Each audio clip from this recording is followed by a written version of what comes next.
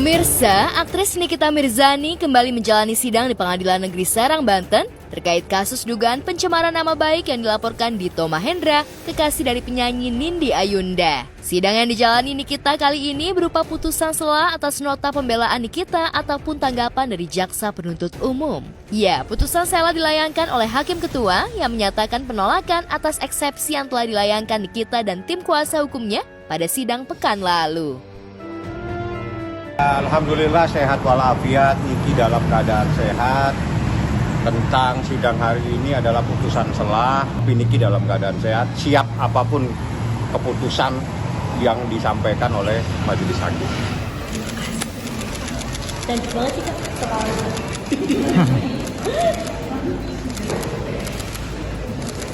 Kalau kami anggap bahwa hakim tidak menerima ya eksepsinya, karena hakim memandang bahwa banyak eksepsinya itu terkait dengan pokok perkara. Itu sah-sah saja lah.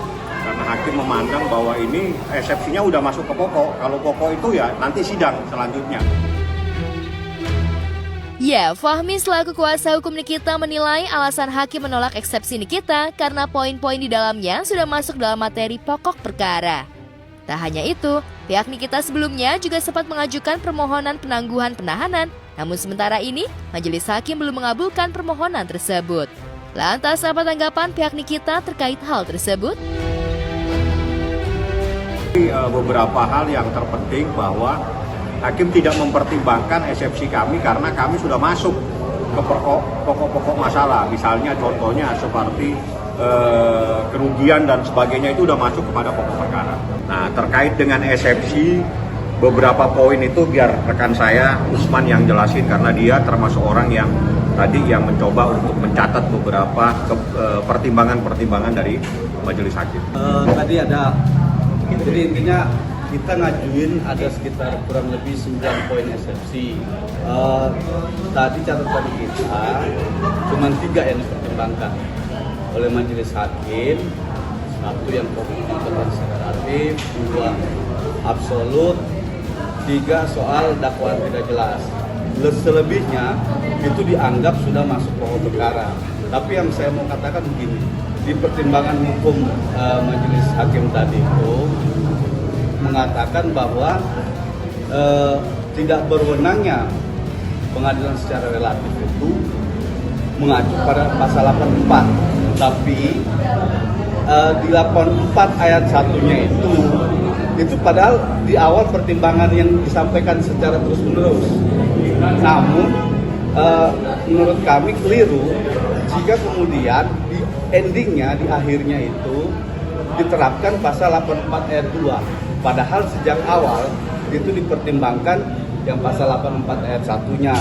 Sehingga kami berpendapat agak keliru pertimbangan majelis hakim.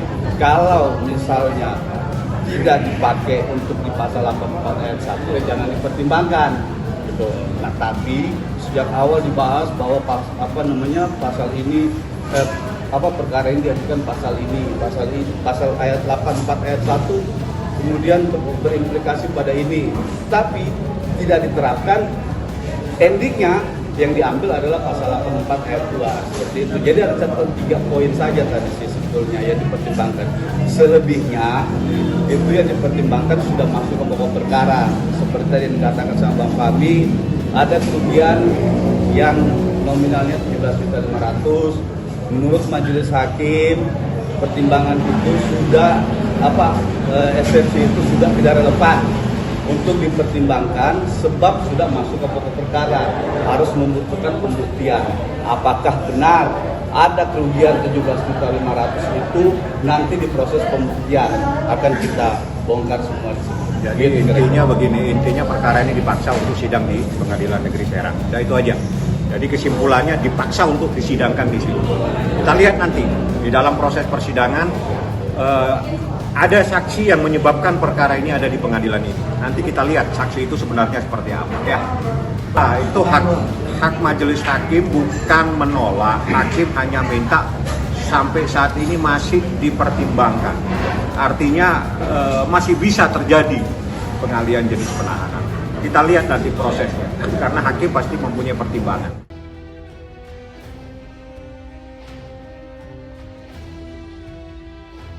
Nikita sendiri saat ditemui usai sidang kepada awak media mengaku tidak kecewa terkait eksepsinya dinyatakan ditolak. Nikita seolah sudah mengetahui hal itu akan terjadi. Dari situ pun, Nikita berharap bisa bertemu langsung dengan pria yang melaporkannya yakni Dito Mahendra pada agenda sidang berikutnya. Biasa aja lah, namanya kayak begini ya, gitu kan. Kalau dikabulin mah nanti jadinya aneh lagi, ya kan.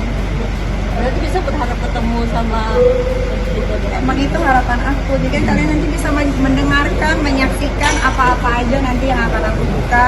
Bagaimana kedekatan Mahendra dengan oknum-oknum yang ada di Serang, ya kan, jadi nanti kalian bisa dengar.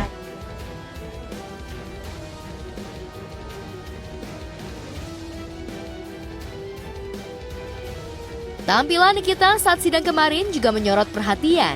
Nikita tampil anggun dan fresh dengan dress warna hitam bercorak putih. Dalam wawancara singkatnya, Nikita mengurai harapannya untuk bisa bertemu langsung dengan Dito Mahendra. Ibu tiga anak itu mengungkap akan membongkar bagaimana kedekatan kekasih Nindi Ayunda tersebut dengan sejumlah oknum dalam persidangan selanjutnya. Adalah nanti kalian datang lagi ya, nanti pas pemanggilan saksi ya. Penangguhan ditolak juga sih, Nggak ada masalah. Bukan ditolak, itu belum dikabulkan. Jadi bahasanya itu belum ditolak. Kalau ditolak langsung ditolak. Kalau eksepsi tadi, jadi banyak eksepsi itu tidak dikabulkan karena masuk kepada pokok perkara. Memang betul, karena kita sudah membongkar keanehan-keanehan tentang kerugian yang tidak masuk akal 17.500.000, termasuk juga lapornya tanggal sekian, ruginya tanggal sekian. Itu semua memang masuk pada pokok perkara, tapi itu biar menjadi catatan majelis hakim.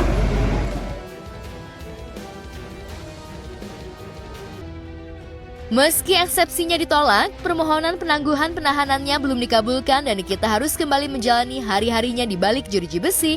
Namun sahabatnya, Fitri Sahuteru, terus mendukung dan berada di barisan paling depan untuk Nikita.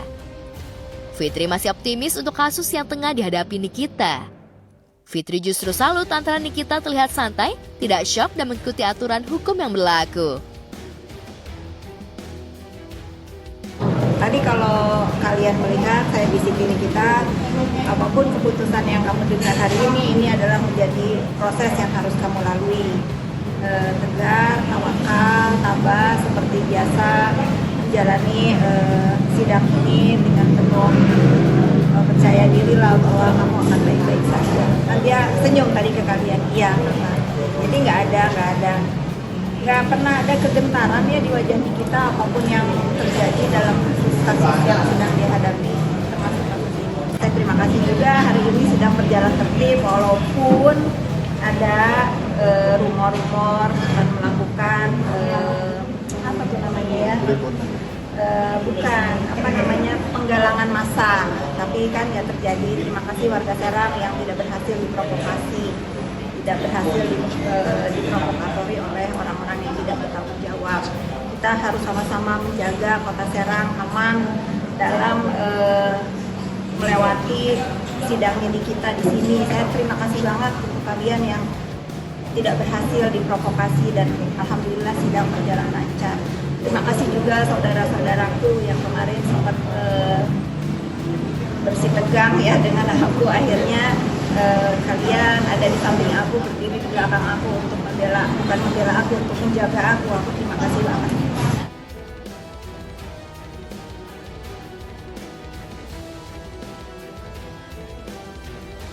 Tak hanya didukung oleh sahabat, pemandangan berbeda juga terlihat di sidang Nikita kemarin.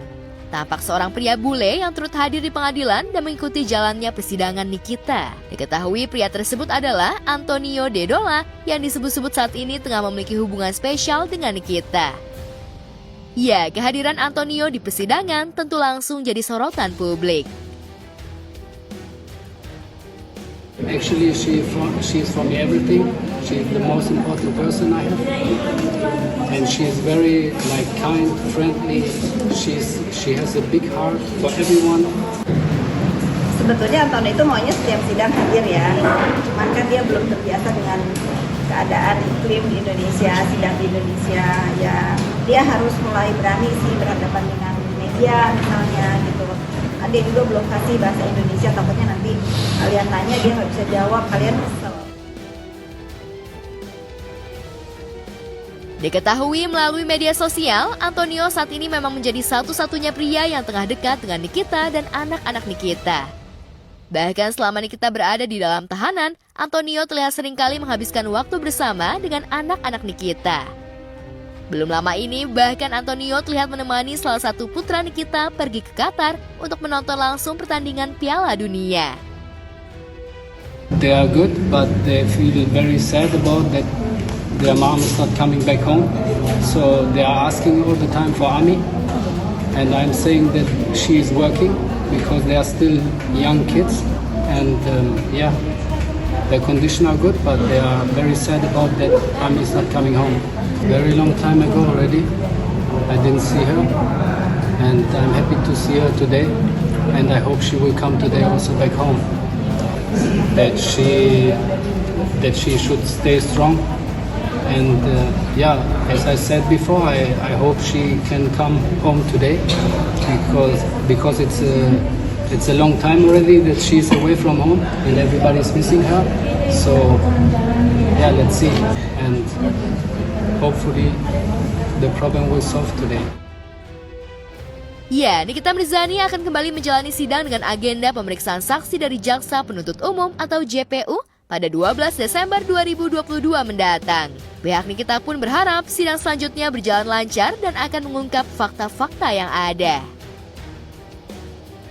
Saya tidak punya skenario, tetapi saya mendengar skenario bahwa ada mobilisasi dari pihak lawan Nikita untuk media tidak datang meliput di minggu depan. Saya kembalikan lagi kepada kalian semua, kalau menurut kalian memang nggak pantas diliput, ya saya juga tidak peduli gitu loh. Kalau kalian memang nggak mau dengar, ya mau meliput aja silahkan. Berarti kan ada kekhawatiran dari pihak pelapor untuk menghimbau, atau ada katanya beberapa orang yang sudah berbisik ke saya dilarang datang ke acara sidangnya Nikita minggu depan. Ya saya mah ketawa aja lah, ini kan hak kalian ya media, mau datang syukur, mau enggak juga nggak masalah gitu, karena kan saya memang orangnya nggak mau ribut-ribut ya, tapi kan ini kebebasan untuk pemberitaan, di mana ya dari pihaknya Niki selalu diberitakan, pasti kan ada apa ya, ada rasa penasaran juga dong di pemirsa. Kalau Humas pasti menjamin dong, Humas selalu menjamin untuk kebebasan kalian meliput. Ingat ya, Humas menjamin pasti untuk kalian meliput apa yang terjadi di Serang Banten ini, khususnya dengan kejadian sidang ini kita. Tetapi saya mendengar bahwa ada beberapa teman media katanya dilarang ke sini oleh nggak tahu siapa, ada nggak yang merasa dilarang ke sini untuk meliput. Jadi eksepsi itu jangan dianggap bahwa kalau kita mengajukan eksepsi itu kita semua tahu, lawyer itu tahu. Kadang lawyer itu mengajukan eksepsi sengaja untuk memancing supaya bagaimana reaksi, karena hakim pasti akan membaca. Begitu hakim membaca, hakim dari awal sudah tahu ini perkara seperti apa, paham ya? Jadi kita sengaja ajukan beberapa hal supaya majelis hakim membaca.